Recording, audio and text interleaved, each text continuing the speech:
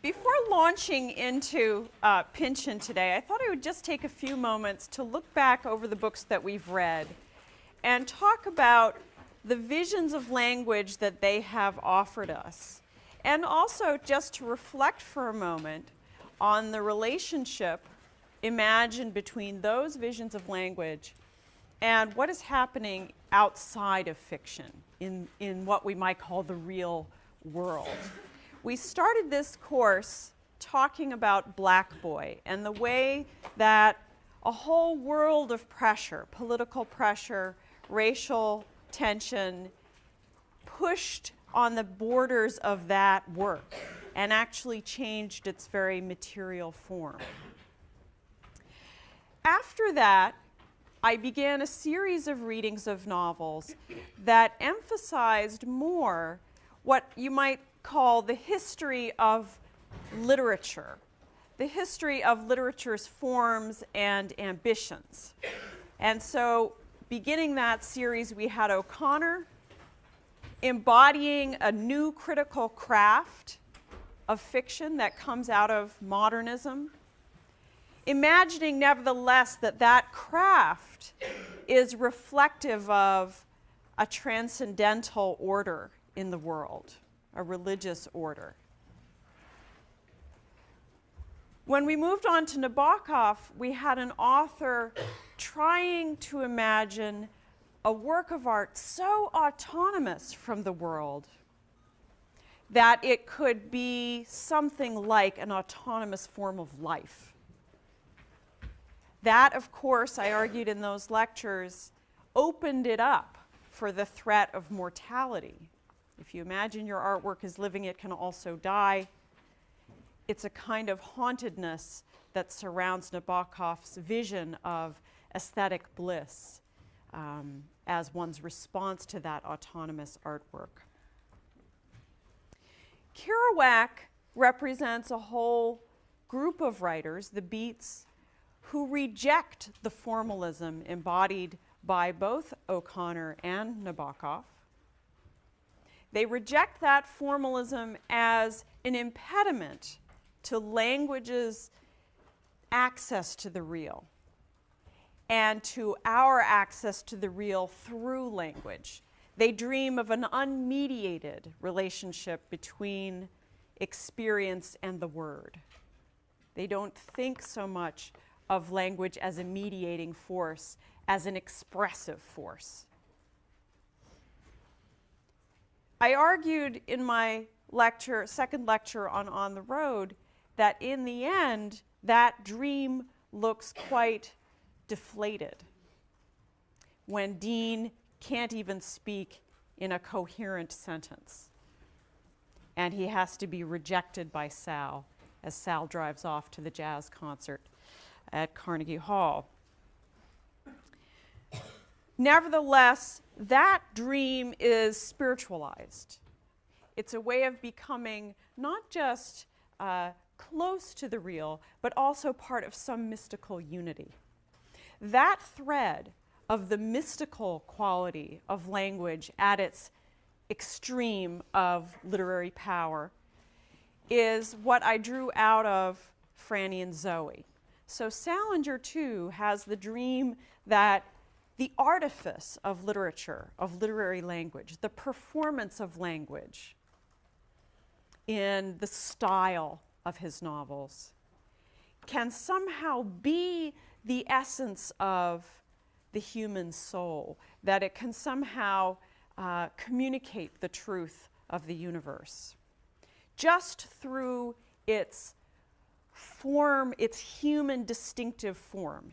It's a way of thinking about form that has more to do with individuality than it does with convention. Remember that way that Franny can identify the timbre of her brother's voice very specifically. It's like no other. So Salinger imagines that the literary art imitates that kind of voice, and in that way it is a sacred practice, a sacred art. Barth rejects the idea that language is an unmediated form of access to the real, absolutely impossible for Barth to countenance that idea. He sees life as continually, always, already mediated by language. Now, I should say, as someone from the class who came up to me after lecture and asked me about this, that Barth's understanding of language as preceding human understanding, preceding any sense of ourselves, in a sense always slipping out of our control, is very much in concert with what was going on at very high level language theory at that time. So the work of Jacques Lacan in France in the 1950s and 60s, and of Jacques Derrida, who brought deconstruction to the United States, actually to Johns Hopkins first of all in the 1960s, where Barth was teaching. He presented that work in a very famous lecture in the late 60s. This is all part of a way of thinking about language that became very powerful through the next decade and a half. And we're going to see it some too next week when we read Morrison and Maxine Hong Kingston. So this is part of a larger intellectual trajectory. Barth is not alone in thinking these things about language. I argued that Barth tried to counter that sense of helplessness at the hands of language by imagining that the human effort at connecting with another person through the mechanisms of love and desire always renewed the possibility for language to do new kinds of work in the world. So if language seems exhausted because it's always preceding you, everything has always already been said, there's no new plot to be had, the world is full of stock phrases, how do you use them to embody an experience that seems fresh to you? How do those stock phrases alienate you from the very experience you hope that they can describe? He thinks that following out desire can renew language, and Menelaad, I think, is his attempt at doing that. So now we arrive at Pynchon, and I want to suggest that Barth was still dreaming of a pretty autonomous version of the literary art, even though in his 1987 preface to Lost in the Funhouse, I don't know if any of you read it, he says about these stories, which were published throughout the 60s, the high 60s, like the roaring 20s, was a time of more than usual ferment in American social, political, and artistic life. Our unpopular war in Vietnam, political assassinations, race riots, the hippie counterculture, pop art, mass poetry reading, street theater, vigorous avant-gardism in all the arts, together with dire predictions not only of the death of the novel, but of the moribundity of the print medium in the electronic global village, those flavored the air we breathed then, along with occasional tear gas and other contaminants. One may sniff traces of that air in the funhouse. I myself found it more invigorating than disturbing. May the reader find these stories likewise. It's a very interesting little comparison he makes at the end. He takes that whole foment of 1960s politics and counterculture, and essentially he says, I found that invigorating, as I hope you will find these stories invigorating, as if the stories in this very almost seemingly hermetically sealed literary world that he offers us are somehow meant to have the effects of a whole decade of foment, social foment. If Barth only gestures towards that world, the politics of that decade, Pynchon actually lets us see it. And if you look on page 83, this is just one of many, many examples, but I choose this one just because it's so obvious. Oedipa is going to Berkeley looking for Amory Bortz, and she comes on a summer weekday in the mid-afternoon. No time for any campus Oedipa knew of to be jumping, yet this one was. She came down slope from Wheeler Hall, through Sather Gate, into the plaza teeming with corduroy, denim, bare legs, blonde hair, horn rims, bicycle spokes in the sun, book bags swaying, card tables, long paper petitions dangling to earth, posters for undecipherable FSMs, YAFs, VDCs, suds in the fountain, students nose to nose in dialogue. She moved through it carrying her fat book, attracted, unsure, a stranger, wanting to feel relevant but knowing how much of a search among alternative universes it would take. For she had undergone her own educating at a time of nerves, blandness, and retreat, not only among her fellow students, but also most of the visible structure around and ahead of them, that whole world of government and social life. Oedipa is a different generation, but we can see the social foment just in that little snapshot of the Berkeley campus. Those, I don't know all of the acronyms. I don't know what the FSMs are, but the YAFs are the Young Americans for Freedom. The VDCs are the Vietnam Day Committees. The Vietnam Day Committee organized a 24-hour teach-in in 1965 against the Vietnam War. There's a little anecdote from that teach-in that I want to share with you that I think embodies some of the tensions in this novel. They invited Ken Kesey to come and speak at the convention, at the teach-in. Now, Ken Kesey, some of you probably know, was a sort of performer, writer, not really an activist. He was a purveyor of street theater and most famously the advocate of LSD. And he and his merry pranksters would ride around the country doing street theater, advocating the use of LSD and marijuana. Who in 1964 do you think drove their bus, which was called Further? Who do you think drove their bus? Neal Cassady. Neal Cassady drove their bus. When they came to the Vietnam Day at the Berkeley campus, Kesey addressed the assembled people saying, turn your back on the war. Look at the war, turn your back on the war, and say, fuck it. This is a group of people he was addressing who were intent on doing something to stop the war. And this was Kesey's response. That moment, for me, embodies this tension right at the center of the 1960s. A tension between countercultural self-development and an ethos of play, drop out, tune in. I can't remember Kesey's little motto. Essentially, leave the institutional life of America. That means schools, government, politics, all those traditional sources of order, and create disorder. And do that as a way of finding what's true about yourself. Do it in the company of others. It had this communal aspect for sure. On the other side, you have a growing political movement among young people. And of course, it's legendary. By 1964, the civil rights movement had accomplished amazing things.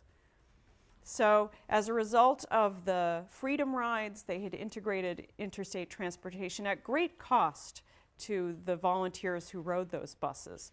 They were beaten, some were killed, civil rights workers were murdered in various states.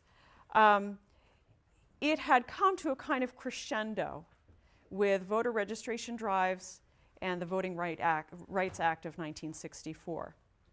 At the same time, Lyndon B. Johnson was ratcheting up the Vietnam War. So the Gulf of Tonkin Resolution was passed in 1964, which authorized bombing raids on Cambodia. This was a new turn in the war, and it promised to escalate it. And this really galvanized, especially student resistance. So this was a time of major political stakes, and young people at universities, primarily at universities, but also people out doing the March on Washington in the South, in small towns, were really changing the face of America and its role in the world.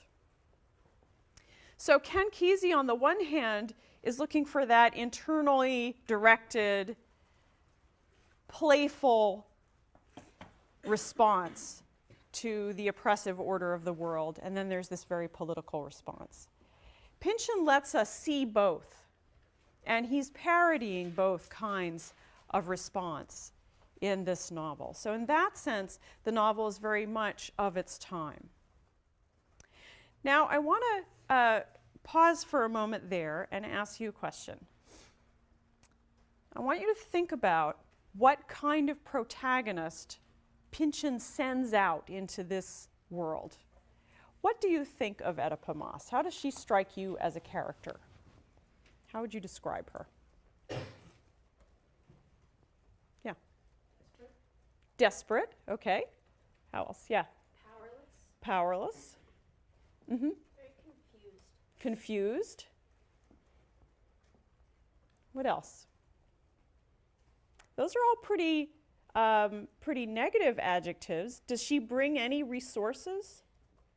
Yes. She's attractive. Yes, she is. What else? What other resources does she bring?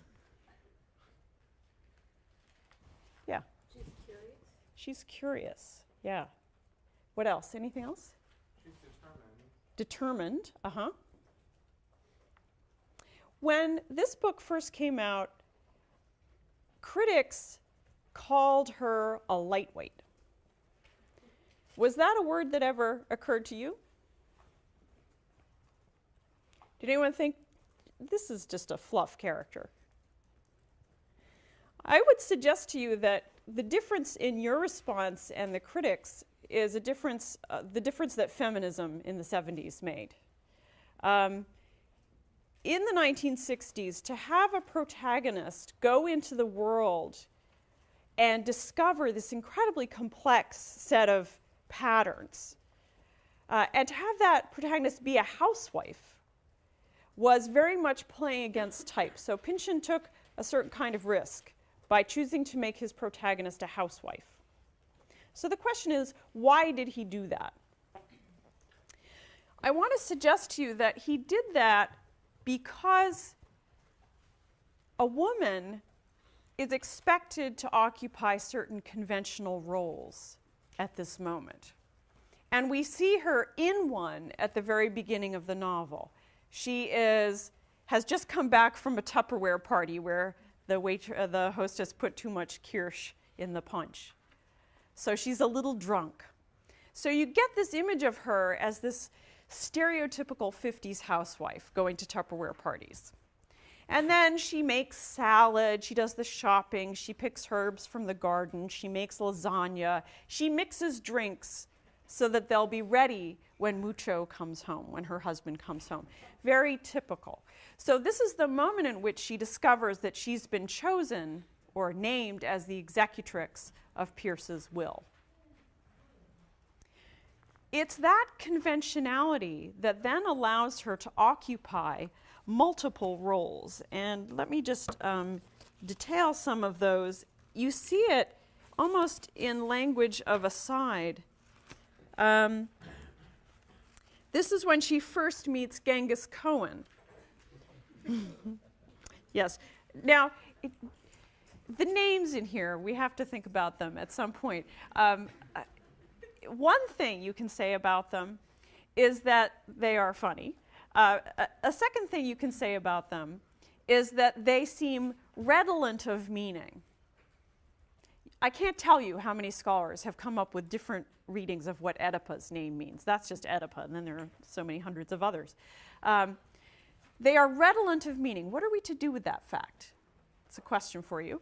3, they declare that language is always mediated, always mediating, that your experience of people is never clear of some set of meanings that someone else has assigned to it. Your encounter with the world is always mediated. So these names drag associations with them. And one question you want to ask is what to do with those. But I'm going to set that question aside for a moment and note that at meeting Genghis, Oedipa felt at once motherly. Now, this may seem like a small aside, but if we look also on 73, when she meets Mr. Thoth, she says on the very top, he's telling Oedipa his dream, and she sees in it clues to the Thurn and Taxis mystery. Oedipa, sensitized, thinking of the bronze marker, smiled at him as granddaughterly as she knew how and asked, did he ever have to fight off desperados? And then, of course, she gets a major clue for figuring out what the whole story is behind the Trastero and the post-horn. Granddaughterly. It's a role she can occupy with great ease. A last example on 122.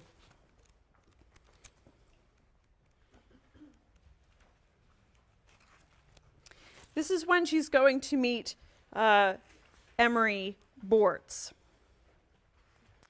Oedipa showered, put on a sweater, skirt, and sneakers, wrapped her hair in a student-like twist, went easy on the makeup. These are her resources. Makeup, clothes, hair.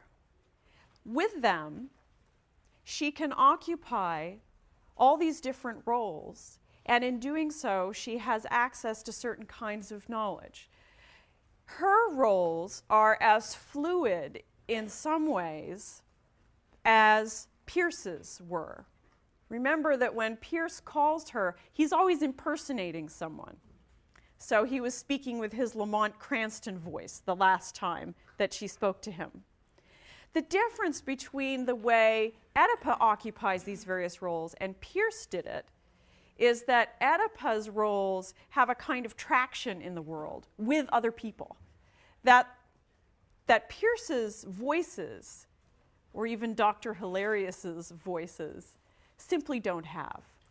These male versions of it are all so apparently performances that they can't get much out of them except to annoy Oedipa. But Oedipa jumps right into these conventional roles, and in that act comes to know more about the world in a way that these men cannot. Oedipa is, even from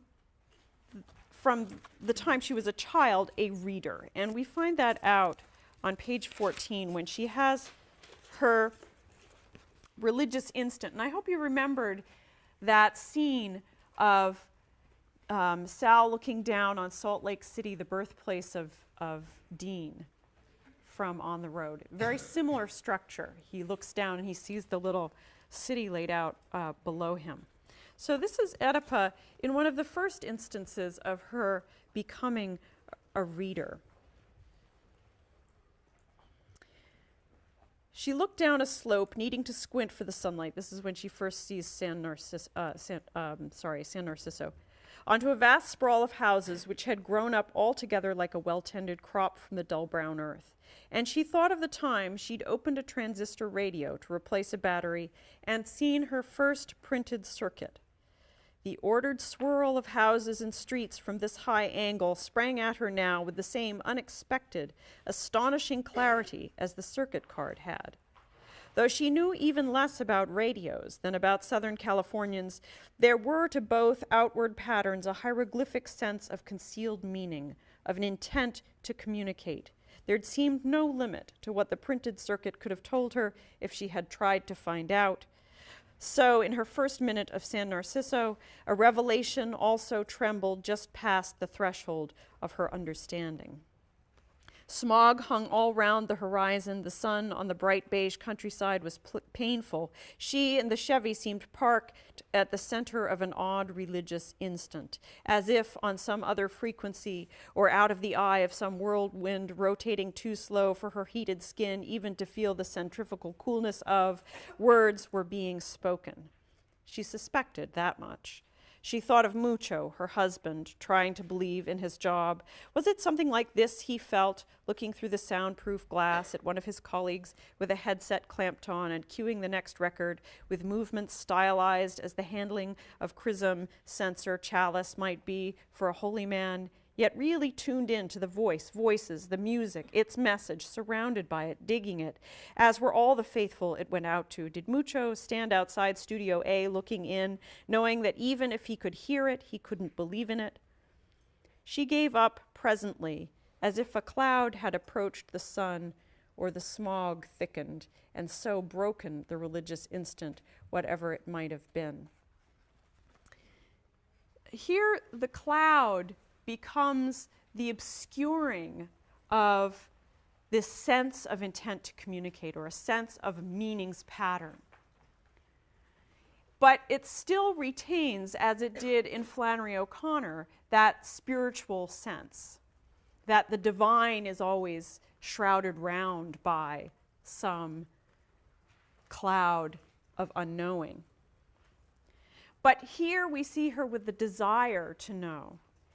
And the difference between her as a child and her in this moment is that she had not bothered to find out. If she had tried to find out about the radio circuit, she would have learned something. She did not try. This time she will try. So she's a reader who notices patterns even from a young age, and at this moment she is called upon and she rises to the occasion to figure out what the pattern will mean. And of course, she progresses through a kind of education as a reader. She goes from being a reader who can listen, for example, to the ambiguities in the Wharfinger play. She can hear when the ambiguity creeps in between the words, and that tells her that she needs to find something out. That's what causes her to have the curiosity to go backstage. She becomes a critic. She moves from interpretation to actually finding the history and the intertextuality and the variations of these editions of the play. She learns history of the US and of Europe, about the mail systems. She learns the history of Inverarity's enterprises. So she becomes a scholar in a certain way, an amateur scholar. She's not just a reader, she's someone who actually performs research. Where does all this get her? Well, I think what we're led to believe is precisely nowhere in terms of revelation. Does a revelation ever happen? Of course, the book ends with her waiting for the anonymous bidder to reveal himself. Whether that would ever happen if Pynchon had decided to let us in on the secret, I don't know. Pynchon instead chooses to end the novel before that moment. And so we're left with a kind of emptiness. We're left with the multiple options that she laments. If you look on 146, 147, she rehearses all the possibilities of meaning.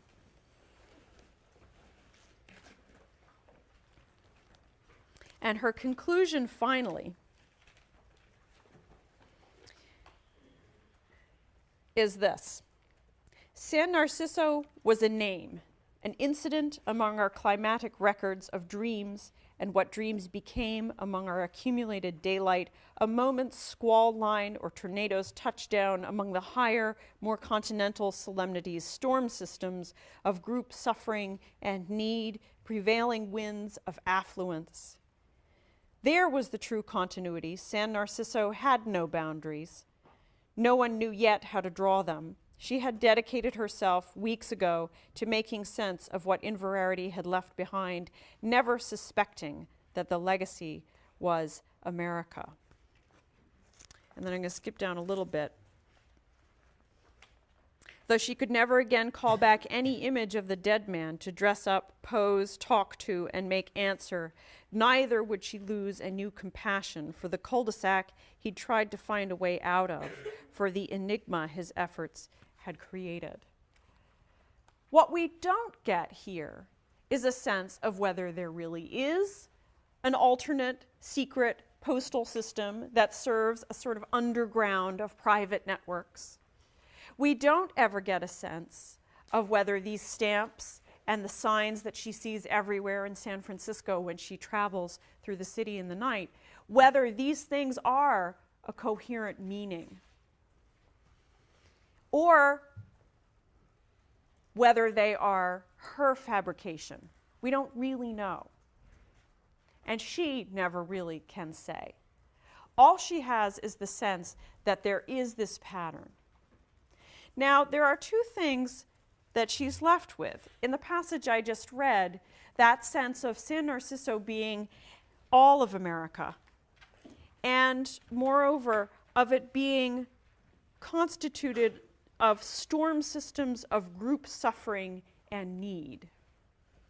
So remember, all the little sub-communities that she interacts with have some sort of pain or loss associated with them.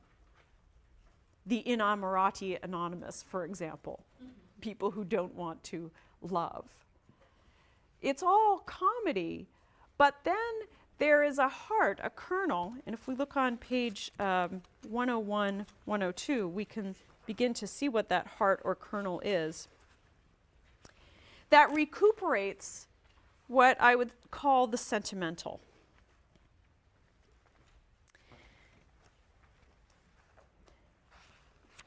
So this is when she's in San Francisco, looking around the city. She's come there hoping to escape the network of symbols that she has seen, all those post horns, and instead she's immersed with a new network of them.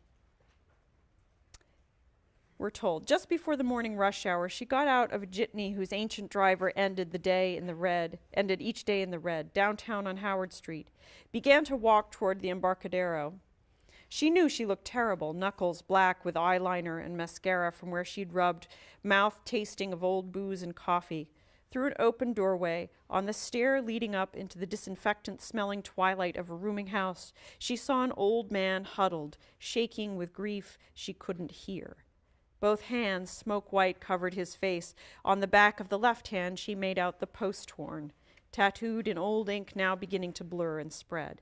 Fascinated, she came into the shadows and ascended creaking steps, hesitating on each one. When she was 3 steps from him, the hands flew apart and his wrecked face and the terror of eyes gloried in burst veins stopped her. "Can I help?" She was shaking, tired. "My wife's in Fresno," he said. He wore an old double-breasted suit, frayed gray shirt, wide tie, no hat. "I left her so long ago, I don't remember. This is for her." He gave Oedipa a letter that looked like he'd been carrying it around for years, and he tells her to drop it in the WASTE lady can. Waste, we're not allowed to say waste, remember. And then she is gripped with, as she says, overcome all at once by a need to touch him, as if she could not believe in him or would not remember him. And she reflects just above that on the mattress that he must sleep in. And this is one of those great Pynchon sentences. This is a question, but it comes in the declarative form too. What voices overheard, flinders of luminescent gods glimpsed among the wallpaper's stained foliage, candle stubs lit to rotate in the air over him, prefiguring the cigarette he or a friend must fall asleep someday smoking, thus to end among the flaming secret salts held all those years by the insatiable stuffing of a mattress that could keep vestiges of every nightmare sweat, helpless overflowing bladder, viciously, tearfully consummated wet dream like the memory bank to a computer of of the lost. It's a sort of aria of description. And Pynchon can string those clauses together like no one else. There are even longer examples in the book, and I'm sure you noticed them. Oedipa needs to actually touch the man, and when she finally sort of takes him in her arms, the position she assumes looks like that of a mother with her broken son, and the image is much more specifically of Michelangelo's Pieta. And remember, the Lago di Pieta figures prominently in the novel, both as the site of the route of GIs in Italy and the lake from which their bones are taken to make charcoal filters for cigarettes. So the Pieta, the image of Mary with Jesus' body broken from the cross on her lap, is repeated, and here Oedipa comes to inhabit that position. It's not a social role in the way that she could be granddaughterly or motherly on those other occasions. It's a religious image. It's also a gendered religious image. It's also an aesthetic image. But here, it's infused with her compassionate approach to this man. And remember in the passage that I read about Inverarity's estate, what she's sort of left with as her final understanding. She has a kind of compassion for Pierce and the way that he had surrounded himself with this network of holdings that he had tried to escape from in some way. So if you cannot finally have a pattern resolve into a clarity of truth or meaning, what you can do instead is inhabit a role where you will be in contact with the very material of social life. And that's what that mattress is, totally imbued with the bodily detritus of a human life, actually of many human lives. She reflects later on the set of all men who had slept on that mattress. Pynchon wants to imagine a very physical repository for the social, and especially for the human affective dimensions of the social. That's why Oedipa has all these men stripped away from her. Remember, she says that as she's growing more and more desperate at the end, that her men were being stripped away from her one by one. And so when she comes to be isolated in this way, she can finally see and meditate upon in a new way all those systems of communication. And she has that vision of the telephone wires, and she looks up at them as she's just doubted all the possibilities for making sense of the post horn and the Trastero. She looks up at the telephone wires and she thinks about all the messages, unintelligible, full of human longing, going back and forth across those wires. So if Pynchon gives us the pattern of meaning rather than meaning itself in this novel, he also gives us a vision of what it means to embody that pattern. This is very different from Nabokov's idea of embodiment as a kind of alternate or rival creativity. Remember, I argued that Lolita has a dead child and she dies in childbirth in a way because it's a kind of creativity that Nabokov wants to cancel or that Humbert wants to cancel. In this novel, it's not a rival creativity. It's what creativity has to be in the literary sense. Now, Pynchon was a student of Nabokov's for a couple of years at Cornell University in the early 60s. So he took courses with Nabokov. I don't know how close they were, but he certainly learned a few things from Nabokov. This is something he revises from that old teacher. He is imagining a literary form that is soaked in the stuff of social life. So if you only get a sniff of the tear gas in Barth, here you get a whole draft full of it. And what I think he's rejecting, if you look on page 95, oops, that's not the one I want.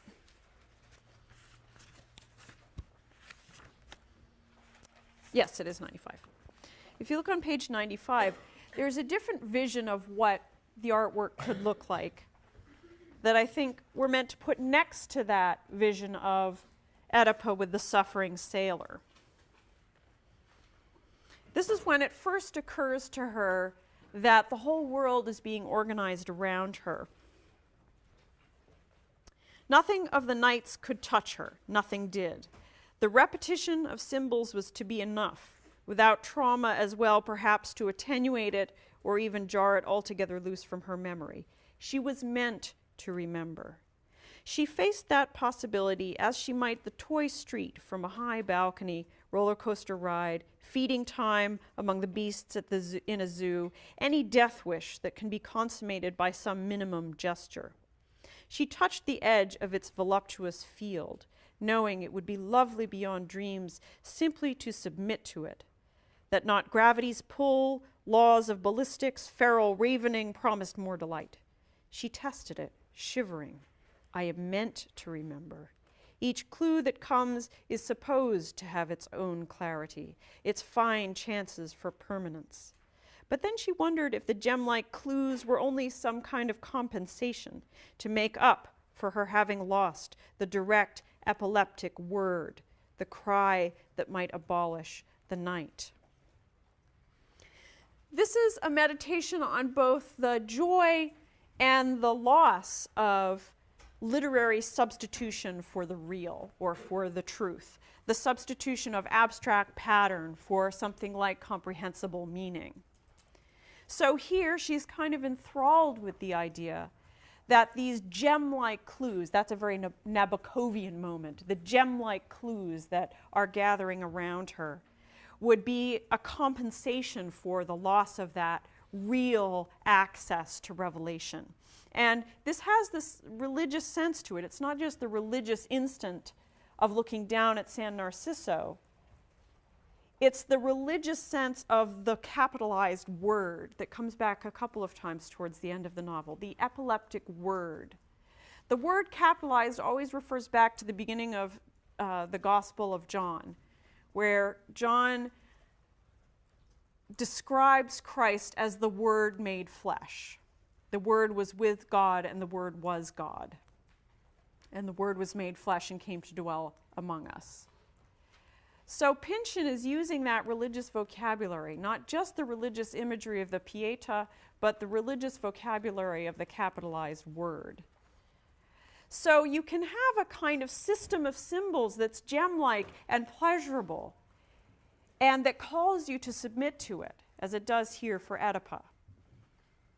But in the end, there is something more that her search will produce, and that is the moment of compassion. And I would submit to you that tears are just all over this novel. I don't know if you noticed it, but there are many, many examples. I'll just give you a few.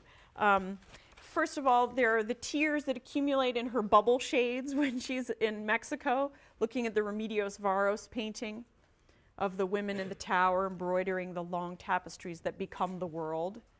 So that sense of isolation in the tower makes her weep. On 117, you can see another example.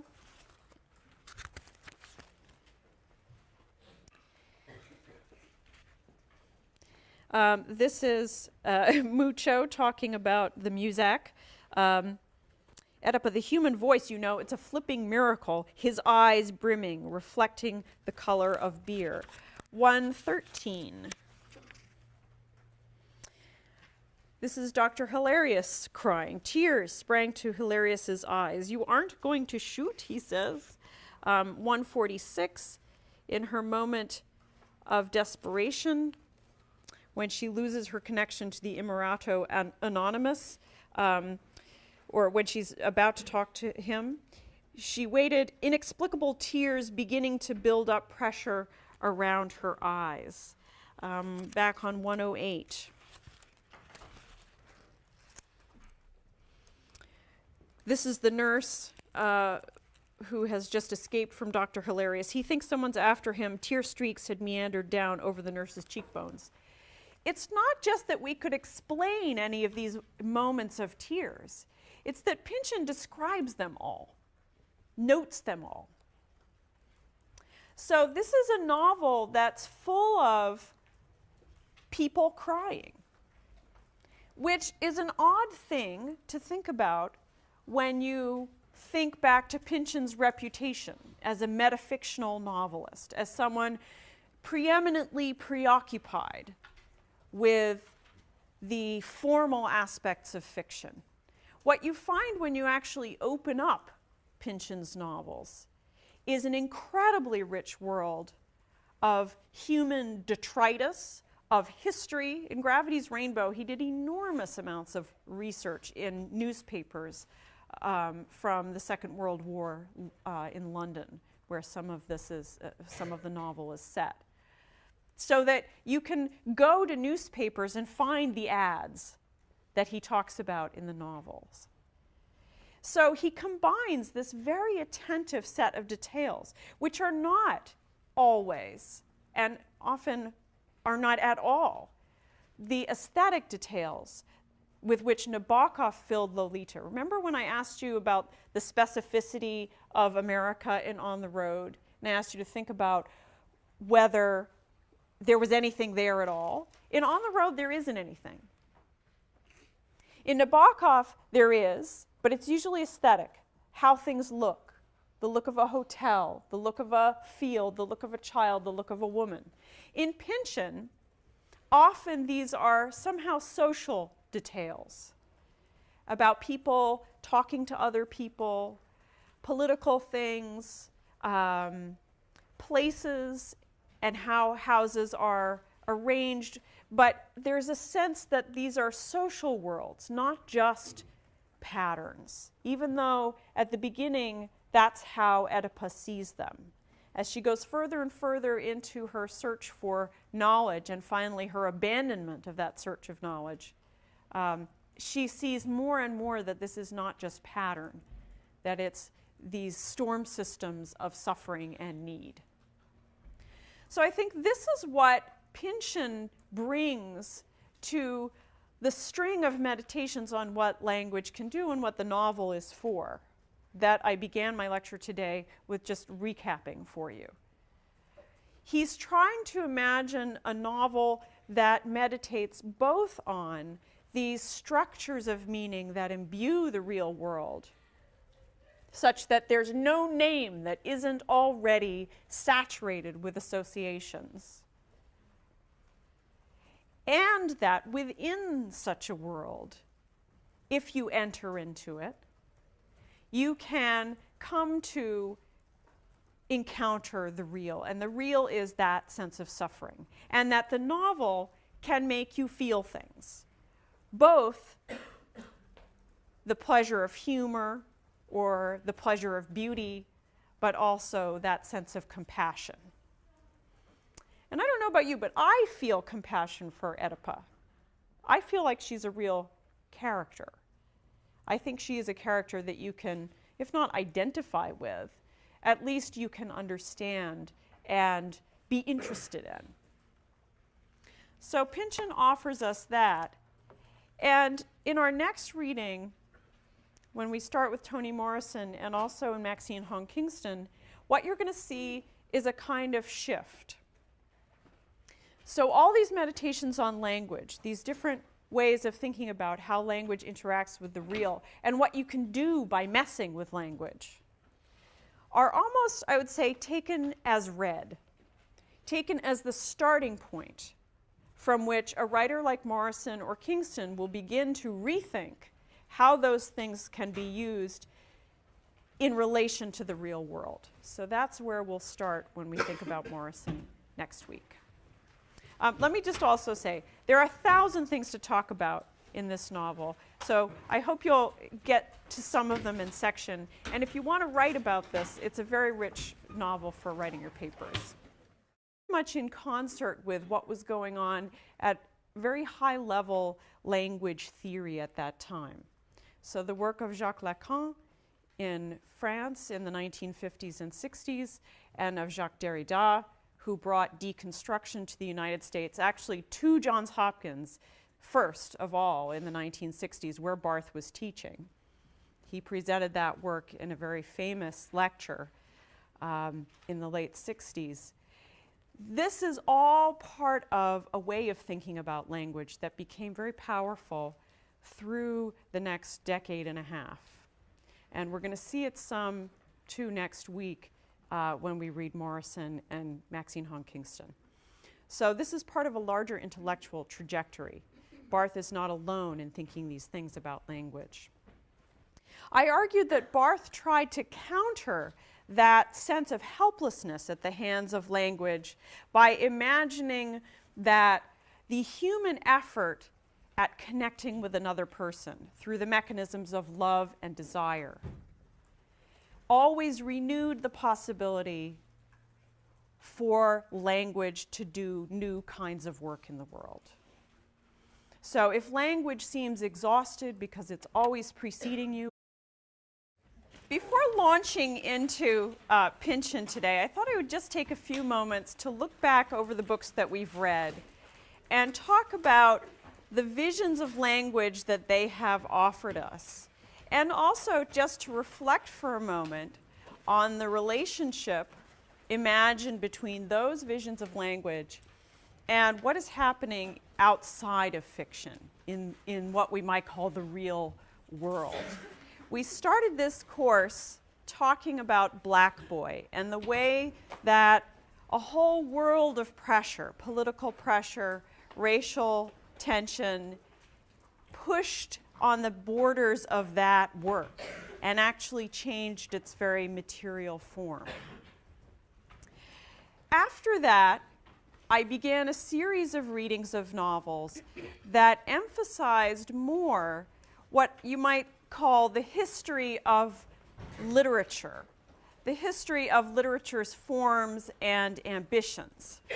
And so, beginning that series, we had O'Connor embodying a new critical craft of fiction that comes out of modernism, imagining nevertheless that that craft, that it can somehow communicate the truth of the universe just through its form, its human distinctive form. It's a way of thinking about form that has more to do with individuality than it does with convention. Remember that way that Franny can identify the timbre of her brother's voice very specifically. It's like no other. So Salinger imagines that the literary art imitates that kind of voice, and in that way it is a sacred practice, a sacred art.